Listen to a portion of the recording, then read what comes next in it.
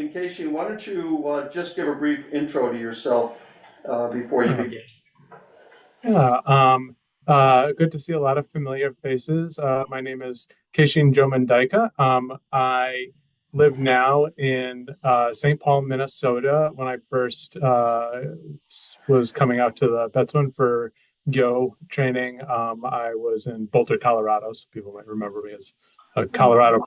I'm decidedly North Star State resident for 8 years now. So here with my wife and three young kids who every day less and less like young kids. so this evening, I'm going to be doing a presentation on the topic of Dharma protectors and protection. So excited to share some facts, some ideas, some opinions, and I hope that it's helpful for folks. I'm going to get this presentation up here.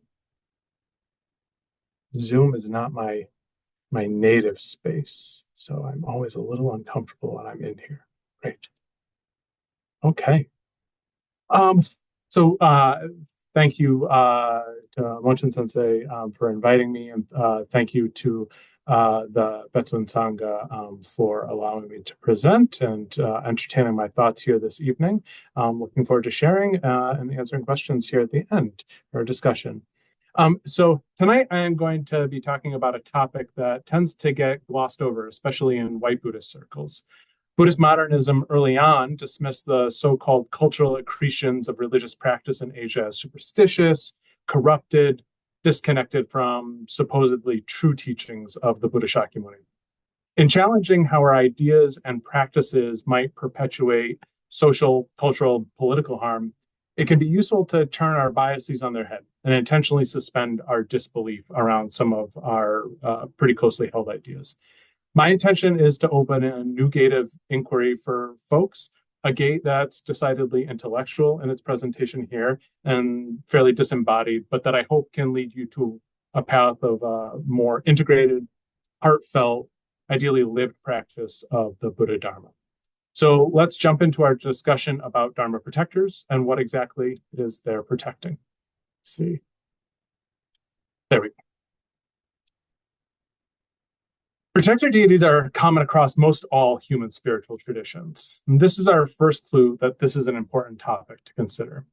This is something that humans do, at least they did until the modern period.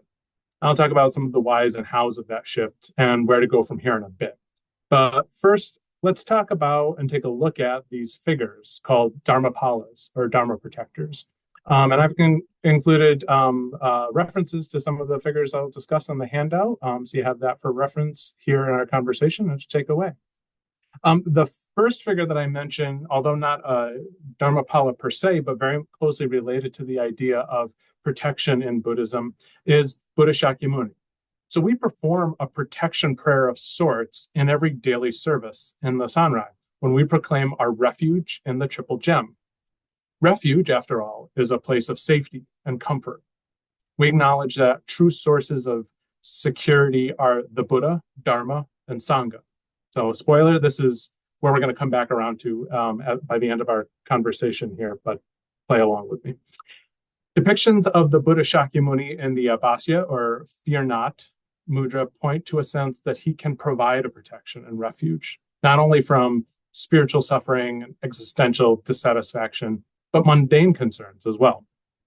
So this mudra is mentioned in Pali Suttas when the Buddha Shakyamuni held his hand up in a gesture of fearlessness to stop the charging elephant that his cousin Devadatta had released to murder him. So this pose and this idea of protection connected with the Buddha go back to some of our earliest understandings, myths, practices of Buddhism. Vajrapani, moving on from the Buddha Shakyamuni, is the first great protector in the Buddhist tradition. He's found in reliefs from, pictured here from the early Common Era, is standing over the Buddha Shakyamuni and holding the Vajra, a mythical lightning bolt weapon, whose origin I'd love to cover in a future presentation. Vajrapani's early imagery, like much of the human form iconography in Buddhism, derives from contact with Greek culture and Gandharan Buddhism. So wearing the skins of an animal, wielding lightning bolts, this is a decidedly Greek archetype, pointing to that intercultural connection of this idea from the myths of Heracles or Hercules in the Latin. This image also prefigures a major theme of later protector images, the ability and willingness to use force to keep the Buddha, the Buddhist teachings, and the Buddhist followers safe. Vajrapani is made prominently manifest at Japanese temples in the form of the neo-guards that stand at the gates of many temple grounds. Finally, here is the guardians of the directions, or lokapalas. The custom of identifying a particular spiritual personality with a direction over which they'll keep watch is something we find commonly in local cultures across the globe. For example, the great medicine wheel, used as a part of ritual life in several indigenous cultures in North America, is related to this practice. These guardians establish a sense of safety from the external forces that could cause harm to the place of practice, the community, or broader nation. The most common form of direction protectors in Buddhism is drawn from the broader Brahmanical culture of India. These figures remain present in the lived traditions as it moves through China to Japan, where they persist to the present day as the Shitenno, or four guardian kings. One of these figures, Bishamonten, also known as Tamonten, appears on the altar in the Hondo of the Betsuin there in New York.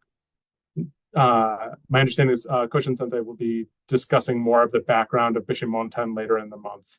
But I hope that tonight's conversation will give useful context for how and why to continue to develop your relationship with Bishamonten, the image there. These directional guardians are part of a category of protectors called lokapalas, or world protectors. Their role is specifically to protect communities from worldly harm. And what are the harms that come from various directions, especially when we think of the context of 1,000 or 2,000 years ago? Well, weather comes from the outside to cause harm. We were just talking about as we were logging in here. Epidemics come from the outside to cause harm. War comes from the outside to cause harm. Contentious, disharmonious ideas that disrupt our political and social lives, they can come from the outside. Pests that kill crops and livestock can come from the outside to cause harm. The Buddha Shakyamuni offered his followers a refuge from suffering. This aim is served by enlightened beings who teach the Buddha Dharma, but it's also served by other unenlightened beings capable of protecting followers from the various forms of strife that abound in the world. The Shitenno are asuras, sometimes referred to as angry gods, who reside on the lower slopes of Mount Sumeru. In their fierce militaristic form, like this image here holding the sword, stand watch to ensure that all who reside on the peak of the mountain, the center of our mandala, can stay safe. Although the Shitenno are the most common form of lokapala we see in East Asian Buddhism, there are a number of other groupings. For instance, the 12 heavenly generals are spoken of in the Medicine Buddha Sutra. These are yakshas, ogre-like asuras, that protect and serve Yakshi Nyorai, the medicine Buddha. Over time, they develop an association with the 12 periods of the Chinese zodiac. Carrying along, mention the last major group here that I'll touch on are wisdom kings. For practitioners in Japanese Buddhist traditions, and especially in Tendai and Shingon, where Mikyo is a focus of practice, wisdom kings play a prominent role. They're manifestations of the various Buddhas' capacity to control the forces of distraction and delusion and eliminate the passions, leading practitioners to awakening. The most prominent of these wisdom kings, or Myo-o, is Fudo, the immovable one. Fudo Myo-o is a manifestation of Dainichi Nyorai, through whom tantric practitioners are able to achieve enlightenment in the present life. Wisdom kings play an important role in Mikyo practices, but they also appear in other contexts to both protect and fulfill wishes for people. This calls to mind how the triple gem connects to the various forms of protection that we need. As Dengyo Daishi explained, one can find food and clothing in bodhicitta, but bodhicitta is not found in food and clothing. The forces that can bring tantric adepts to become enlightened in this very body are surely powerful enough to deal with the forces in our world, creating fear, despair, and lack. I wanted to include, because this conversation could really take us in a lot of different directions, to at least have some honorable mentions here. There's a really a range of other greater and lesser spiritual beings that are invoked for protection in Tendai practice at various points. Most all of the devas of the Indian pantheon, including Brahma, Indra, Prithvi, Yama, Surya, Chandra, can appear as part of protective groups, including around the edge of the mandalas, which becomes a whole other body of conversation around the idea of Dharma protection. Saraswati, known in Japanese as Banzai-ten, first made an appearance in Japan as a protector of the nation, deriving from a chapter dedicated to her in the Golden Drum Sutra. Also, various, say, lesser spiritual beings, including nagas or dragons, kinnaras, garudas, rakshasas, other nature spirits, can be a part of practices to invoke protection. Important to household religion also is the protection granted to each of us by our ancestors who've departed from this plane and returned to the spiritual realm. So want to provide some acknowledgement. We're talking about sort of a framework, a way of understanding our spiritual life that's pretty different from how folks, especially in the West, tend to think about these ideas. So I want to at least draw some links between sort of a pre-modern past or a very present lived practice still in many parts of the world, and what tends to be culturally dominant understanding here. So the basic thing we need to contend with is to address our assumptions about what we understand as real. When we talk about modernity and Buddhist modernism, we tend to emphasize the value of empiricism. So it's true that shared reality today depends on what can be measured. The other aspect of Enlightenment thought from going back to 17th and 18th centuries in Europe that carries forward to today is humanism. We prioritize the human person as the focus of reality. So the needs, concerns, and well-being of humans are thought of as the benchmark for how things are going. There's a hierarchy of reality, and humans are at the top. So I posit parenthetically that this has a lot to do with the global ecological disasters we face today. For now, I'll say this is really it's an unusual definition for human societies of what's real. To understand why Buddhism would have these wide-ranging practices of protection, we need to understand what the vast majority of humans in our species history understood to be real. So the first shift that I'll talk about is rather than thinking from individual to interbeing. Humans understood themselves to be subject to other animate forces. We've talked about, and it's been discussed in this space in the past, the idea of original enlightenment, the Buddhahood of grasses and trees, rivers and mountains. The reason why they would have been thought of as Buddhas first, because they were thought of as persons. These are things that are truly alive and so capable of agency and relationship. So this means they have needs and concerns of their own. Also, a shift from humans existing in the objective to the subjective. Rather than being the sole conscious actor in the universe, looking out and making decisions about what's happening around us, humans are also acted upon. Our actions are being watched, measured, assessed, judged for their value and contribution to the lives of others. Finally, touch on this world is filled with forces that sow distraction, suffering, and chaos, and forces that can offer protection. It's important for the topic at hand that some of these other non-human persons in the world may just not have the best intentions at heart. These non-human persons may be playing out a rebirth driven by fear, greed, violence, or base impulse. They may also be being manipulated by ill-intended or just otherwise uncaring humans to achieve their own selfish aims. So in a world where the wild demons of the forest or the indifferent nagas of the river have their own agenda, and humans have to figure out how to navigate these spaces they co-inhabit, it's natural that humans would seek out allies. So maybe they enlist the help of a bigger, badder non-human person to keep watch on things.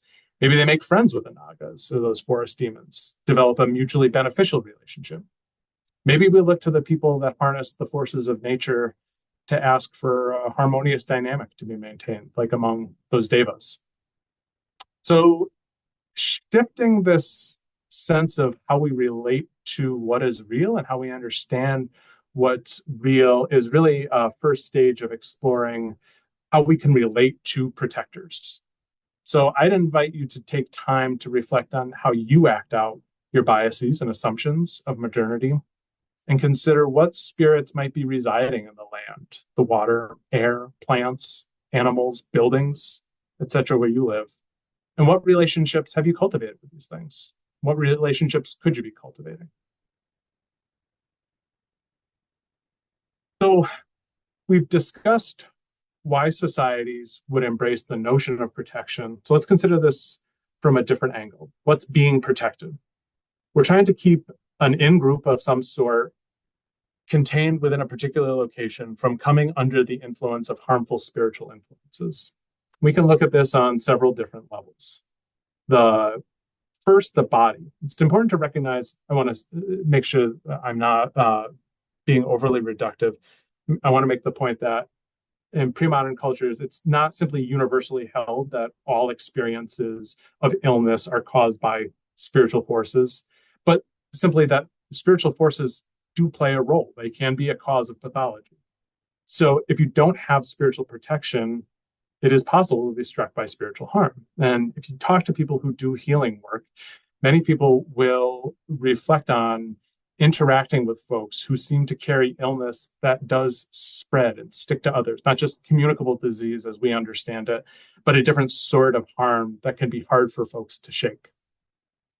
Beyond the body, we look at households. Many of us have heard about, maybe even experienced buildings that seem like what we might sometimes call haunted or just leave us feeling uneasy, unwell, or families that seem to always run into strings of bad luck and might even be described as cursed. Households are places where we experience these changing rhythms of life and rites of passage that mark our flow of impermanence. And those are places to all sorts of harmful influences that require some form of protection. Next, I'll touch on our spiritual communities, both as social groups and as the architectural structures. So, it's funny. Maybe because she has so many clergy in her family and was compelled into a lot of religious participation as a young person, my mother has a habit of saying, those church people are no damn good.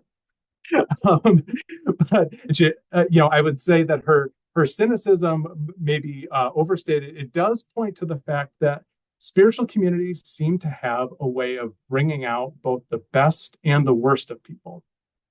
The work of growing spiritually, both individually and as a community, it carries with it a lot of vulnerability. Vulnerability is required in order to open up to and experience transformation. But that's the very openness that can make space for the types of influences that want to feed off those vulnerabilities. And that's why, for instance, we see the gates, we see the protectors at the gates of the temples, or even have gates at the temples. That's also why Soryo and Doshu performing daily service use protection mudra and mantra at the opening and closing of the practice. Just in a very pragmatic way, if we're thinking about this even from a more humanistic perspective, that's why we employ layers of accountability on people in our communities who work closely with money, work with children, the sick, the aging, the infirm. The things that are open need protection. The last realm I'll talk about here are our local and national communities. Our social and political bodies need protection. We consider what we said about the Lokapalas and the guardians of the directions. All of the things that come from the outside, weather, epidemic, war, famine, these are all forces that come from the outside to harm our collective groups. So living in the American empire, we have a collective myth of security. And of course, there are many groups in our society who don't benefit or benefit only marginally from that supposed security. And we're lulled into a sense that the sorts of war and devastation that are rampant in other places, in too many instances that we've spread to other places, can't happen here. They haven't in so long. Who knows? Maybe they won't in our lifetime. But to assume that they never will is arrogant and foolish. Places and people stay safe because they're protected. So if we need protection, we should consider what Buddhism teaches about the strongest protection available. When we look at these different vulnerabilities, we need to take stock of how in our society we tend to think about protecting ourselves. If not the various other spiritual forces, then what keeps us safe? Now, we might talk about laws or helping professionals, but the foundation of our ideas of protection in this culture boil down to a single thing: money. We expect that in a society as materially abundant as ours, that sure, we should be able to use our financial resources to keep us safe. That's the big bet we've built our society around. Do we have a powerful military because we have an enormous economy, or do we have an enormous economy because we have a powerful military? When crime goes up, who do we fund? The police. Even when we look at scourges of poverty, hunger, disease, our so-called leaders talk about what they believe we need to spend money on. Even on an individual level. Have you ever done retail therapy? I have. Shopping to feel better from what's got you down, it's a thing people rely on. Money's how we understand safety. The alternative from traditional Buddhism that I'm discussing tonight is that protection can be found in right relationship with the animate world around us. When we live in alignment with the natural world, with the beings that point out the path of the Buddha Dharma, when we truly take refuge in the triple gem, this could be a source of protection. So as we get to the end, I want to wrap up our discussion by pointing out the various practices in Buddhism that evoke the powers of these protectors and bring them present to us today. So I've talked about and provided in the handout a few ideas of how we can employ this notion of protectors and protection in our spiritual and everyday lives. The first item I mentioned is the placement of protective images. It's both a form of devotion and contemplation of the protective power of guardian beings. By placing these images in locations where you seek protection, it gives anyone who views them a reminder of the need for and source of that protection. This could be a particular room where there's an experience of vulnerability, on your body if you're sick or otherwise in danger, or perhaps in a vehicle subject to the various harms that exist while traveling. These images help to call to mind reliance on protectors. Next item I mentioned is making offerings to protectors. So, as I mentioned, the animist view assumes a need to build relationship and mutual reliance with people who can provide protection. Making offerings to the land, to the water, to ancestors can be a way of building that relationship. By spending time honoring the contributions of these spiritual forces to your own material, spiritual well-being, you can practice expressing humility and gratitude. This is a ritual way of embodying the ethic of ecology and lineage that's really deeply needed in the world today. Related to this idea of offering is the use of sutras and mantras. The most important offering we can make to any beings, human person or otherwise, is the Buddha Dharma. A number of Mahayana teachings promise the protection of devotees, including the Lotus Sutra. Chapter 26 of the Lotus Sutra on Dharani includes a section in which a Rakshasa, a fanged, shape-shifting, blood-drinking demon, and her daughters commit to the protection of those who recite the Dharani from physical or spiritual harm. These protectors become objects of devotion and petition in Japan due to the prominence of the Lotus Sutra there. The image in the title slide tonight was a scroll of these beings. On the one hand, there's sort of a mythic logic at play in these promises, maintaining a commitment to reciting, studying, copying, and spreading the teachings of a sutra can bring about the respect and honor of spiritual beings. This, in turn, can lead to their positive influence in a practitioner's life. On the other hand, there's a dimension that's paradoxically both more profound and I would say maybe more pragmatic. Now, leads us to the last item I mentioned, protection through non-attachment. The greatest protection we can secure for ourselves and those over whom we have influence is that of Anuttara Samyak Sambodhi, ultimate non-attachment through insight into emptiness, leaves beings immune from disturbance or harm. As it's taught in the Heart Sutra, with no hindrance of mind, no hindrance, therefore no fear. As I mentioned at the very beginning, the refuge or protection that Buddhism offers is that of the Buddha, Dharma, and Sangha. By relying fully on the teacher, the teachings, and the community of practitioners, we enter into a path in which we live in right relationship with the whole of the Dharma Dhatu. Although we may continue to encounter samsara, to the extent that we can continue to cultivate our heart minds, we can remain protected. That the Heart Sutra so succinctly makes the point of the mutual arising of insight and compassion may be one of the reasons it's so thoroughly woven its way into East Asian Buddhist culture, offering a source of comfort and security to those who recite it. So that's what I have to offer to you all tonight. Please, senseis, if you have any comments to add or questions, thank you. We're going to let folks in, but first we're going to ask Ichishima Sensei if you have any comments or that you'd like to make. Thank you very much for your wonderful presentation about protecting body, etc. And many people did the training at our Bishamonten Vaishravana temple in Chiba Prefecture, very close to Narita-san Shinto temple. And this Vaishravana is one of the very important figures to protect nations, body, etc. Well, I think Goshinbo or spiritual preparation, we have the ritual for body protection, Josango, purification of body, speech, and mind.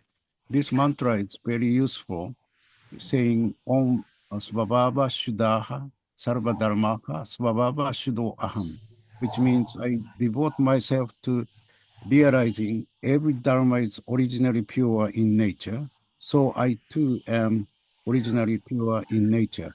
So this is just everybody can do it. Join your hands together, make a form of the lotus postures of hands, which protect our Buddha nature. Everybody has Buddha nature, or maybe something great. Everybody has it. So we have to realize that Buddha nature within ourselves. And then generally we forget that kind of things, but most important thing is your own body protectors and your self. I think so. This is a very interesting topics to protect the dharmas and Sangha and yourself. And really, I appreciate your presentation. Thank you. Thank you very much, Ichishima Sensei. I'm not going to add anything right now. The Dharma talk that I'm giving addresses later on after the meditation, addresses some of the points that Keishin was making. So let me open it up. Generally, online and in person, people might have some questions or comments to make. And I'm going to go ahead and stop the recording now.